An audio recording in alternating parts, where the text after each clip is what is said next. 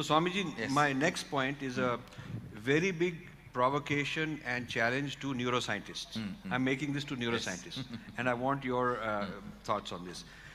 I believe that using the evidence of modern science without any spirituality being brought in, I can prove that rishis existed, which is a very daunting claim because this is a spiritual claim, but I'm not using a spiritual reference. And here is my proof, and I want the neuroscientists to give me an answer if they want to. Neuroscientists have concluded that more than 95% of our brain we don't use. This is neuroscience. That we're using only small percent of the brain. The rest of it is dark. But under yogic meditation, higher states of consciousness, those people are able to light up more and more part of the brain. The more advanced their consciousness, the more part of that 95% gets woken up. This they are able to do. They have not connected it, they have not connected the dots to say that the other 95% must have been used at one point for it to exist. Because evolutionary biology says that if this creature was in the water and it is in the water, but it has arms and legs to walk on land. Once upon a time it did walk on land.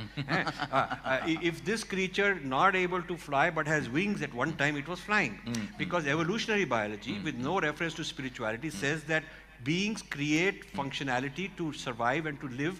They develop what they need. Nothing develops which is not needed. Yes. So using their own logic, there must have been beings who used the other 95% at one time, otherwise it could not have existed, and those 95% gets woken in higher states of consciousness. So such beings existed and we just call them rishis. So this is a proof I offer to the neuroscientists that rishis did exist. So for this I coined the term archaeology of the brain.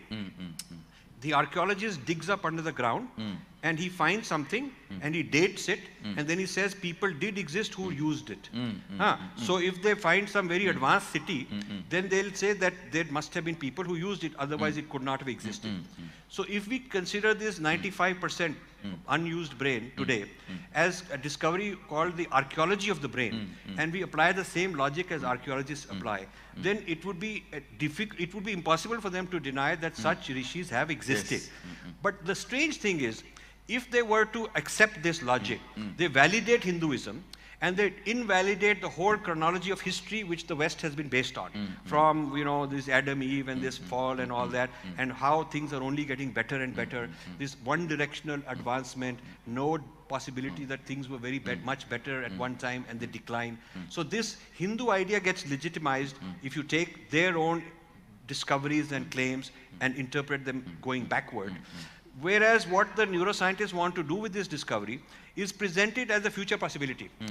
But this must have existed at one time. So what is your thought on this? See, one thing, in this line, already I started working and I am also successful with few cases.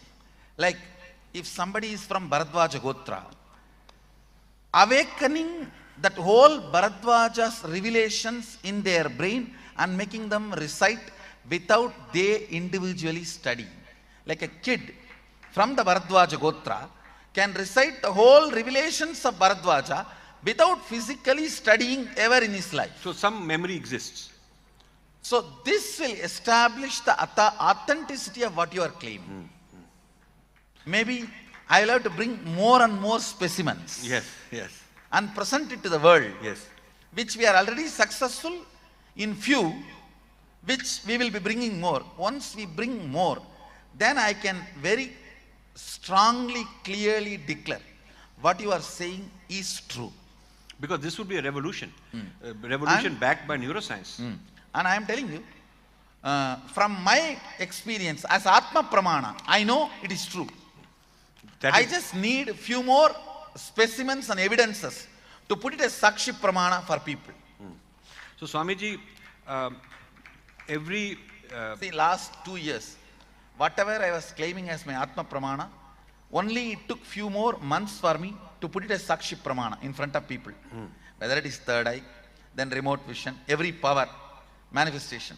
Now with the same integrity I am claiming, in next few months, I will put specimens to do this job. Fantastic. to prove this truth. This is amazing. This is amazing. I know you will do it. I know that this will happen because this is a big thing for us.